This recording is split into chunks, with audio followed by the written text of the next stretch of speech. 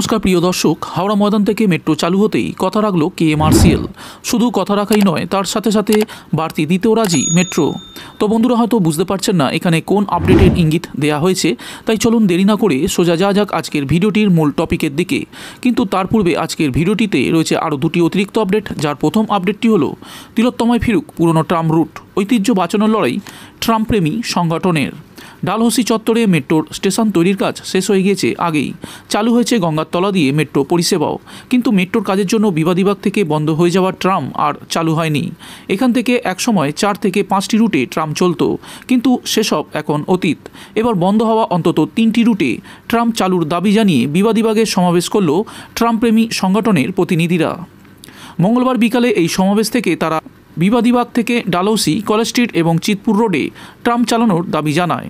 East West মেট্রোর মহাকরণ station তৈরির জন্য 2017 সালে বিবাদীবাগ থেকে ট্রাম চলাচল বন্ধ করে দেওয়া হয়। মেট্রো জানিয়েছিল স্টেশন তৈরি হয়ে গেলে তারা আবার ওই এলাকায় ট্রাম লাইন পাতার মতন জায়গা ফিরিয়ে দেবে।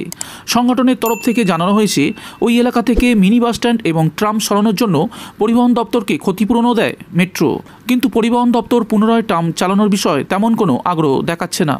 ট্রামপ্রেমী সংগঠনের প্রতিনিধিরা জানাচ্ছেন, লাইন পাতার জন্য প্রায় 8 মাস আগে টেন্ডার ডাকা হলেও তা নিয়ে আর উচ্চবাচ্য দেখা যাচ্ছে না কর্তৃপক্ষের মধ্যে। এ বিষয়ে পরিবহন নিগম পুলিশি আপত্তির কথা জানিয়েছে তাদের।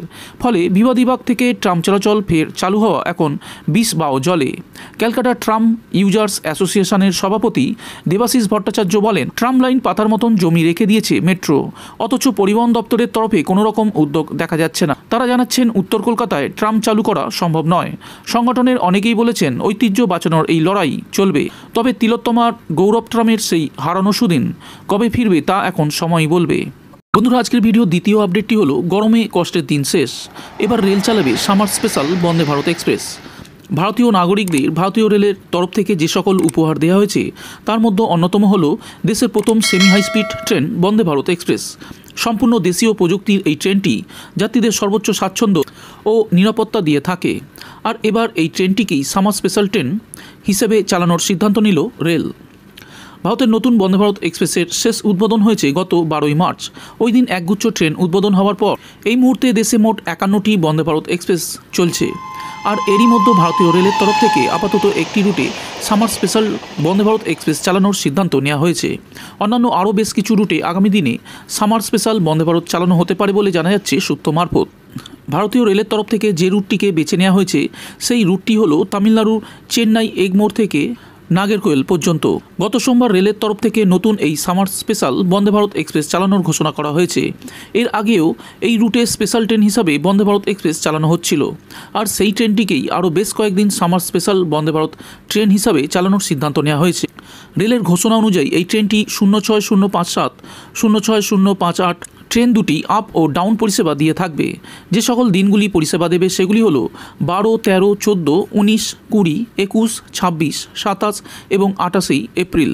নির্ধারিত ওই দিনগুলিতে ট্রেনটি নাগেরকোয়েল জংশন থেকে দুপুর 2:50 ছাড়বে এবং চেন্নাইয়ের এগমোর পৌঁছাবে রাত 11:45।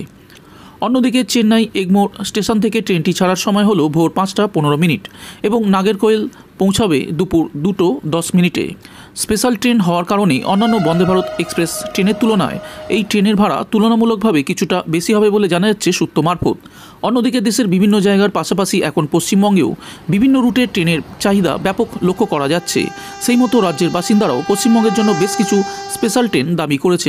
বিশেষ করে উত্তরবঙ্গ যাওয়ার জন্য যদিও আরও কিছু স্পেশাল ট্রেন দেওয়া হয় তাহলে পর্যটকরা উপকৃত হবে বলে জানিয়েছেন। চলুন বন্ধুরা, এবার যাওয়া যাক আজকের ভিডিওর মূল টপিকের দিকে। হাওড়া ময়দান থেকে মেট্রো চালু হতেই কথা রাখলো কেএমআরসিএল। পশ্চিমবঙ্গের কলকাতা থেকে উত্তর 24 পরগনা, দক্ষিণ 24 পরগনা ও হাওড়ার কিছু অংশে মেট্রো রেল পরিষেবা চালু রয়েছে। প্রথম মেট্রো রেল চালু হয়েছিল ভবানীপুর থেকে এসপ্ল্যানেড অবধি যাবার জন্য। 1971 সালে সাধারণ মানুষকে দ্রুতগামী যাতায়াত ব্যবস্থার সুযোগ সুবিধা দেওয়ার জন্য মেট্রো রেলপথের প্রস্তাব করা হয়। 3টি রেলপথ এই সময় নির্বাচিত হয়। 1 নম্বর দমদম থেকে টালিগঞ্জ, যা বর্তমানে দক্ষিণেশ্বর থেকে নিউ গড়িয়া অবধি বিস্তৃত রয়েছে। দ্বিতীয় লাইন হলো বিধাননগর থেকে রামরাজাতলা এবং তৃতীয় লাইন দক্ষিণেশ্বর থেকে ঠাকুরপুকুর অবধি বিস্তৃত। নিউ গড়িয়া বা কবি সুভাষ মেট্রো স্টেশন থেকে দক্ষিণেশ্বর মেট্রো স্টেশন অবধি বিস্তৃত রেলপথটির দৈর্ঘ্য 31.365 কিলোমিটার। এই রেলপথে মোট 26টি মেট্রো স্টেশন আছে। প্যারিসের মেট্রো স্টেশনগুলির মতন কলকাতা মেট্রো স্টেশনগুলির নামকরণের ক্ষেত্রেও অনেক সময় বিখ্যাত মনীষীদের নাম ব্যবহার করা হয়েছে। সম্প্রতি এসপ্ল্যানেড থেকে হাওড়া ময়দান অবধি নতুন একটি রেলপথ চালু হয়েছে। নিত্যযাত্রীদের কাছে এটি খুবই আনন্দের খবর। তাদের নিত্য যাতায়াত করা অনেক সহজ হয়ে গেছে। 2014 সালে ইস্ট ওয়েস্ট মেট্রো লাইনের কাজের জন্য শৈলেন মান্না স্টেডিয়াম কর্তৃপক্ষের কাছ থেকে স্টেডিয়ামে 30 মিটার জমি ধার হিসাবে নিয়েছিল মেট্রো রেল কর্তৃপক্ষ। তারা কথা দিয়েছিল মেট্রো রেলের কাজ সম্পূর্ণ হলে জমিটি তারা স্টেডিয়াম কর্তৃপক্ষকে ফেরত দিয়ে দেবে। যেমন কথা তেমনই কাজ। সম্প্রতি 2024 সালে হাওড়া টু এসপ্ল্যানেড রুটের মেট্রো রেলটি চালু করা সম্ভব হয়েছে। এত যে কাজের জন্য তারা জমিটি নিয়েছিল সেই কাজ সম্পূর্ণ হয়েছে। এখন সুদ সমেত জমিটি ফেরত দিতে চায় রেল কর্তৃপক্ষ।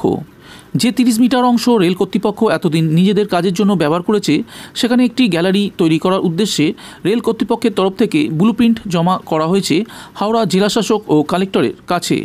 গ্যালারি তৈরির সমস্ত ব্যবস্থাপনা করবে মেট্রো রেল কর্তৃপক্ষ।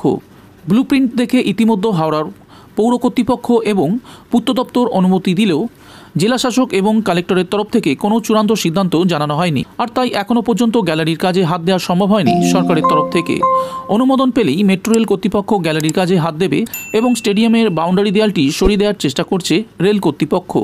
রেলের তরফ থেকে জানানো হয়েছে যে জমি অধিগ্রহণের সময় স্টেডিয়ামের কাছে যা কথা দেওয়া হয়েছিল তা সম্পূর্ণরূপে পালন করবে রেল কর্তৃপক্ষ বা KMRCL।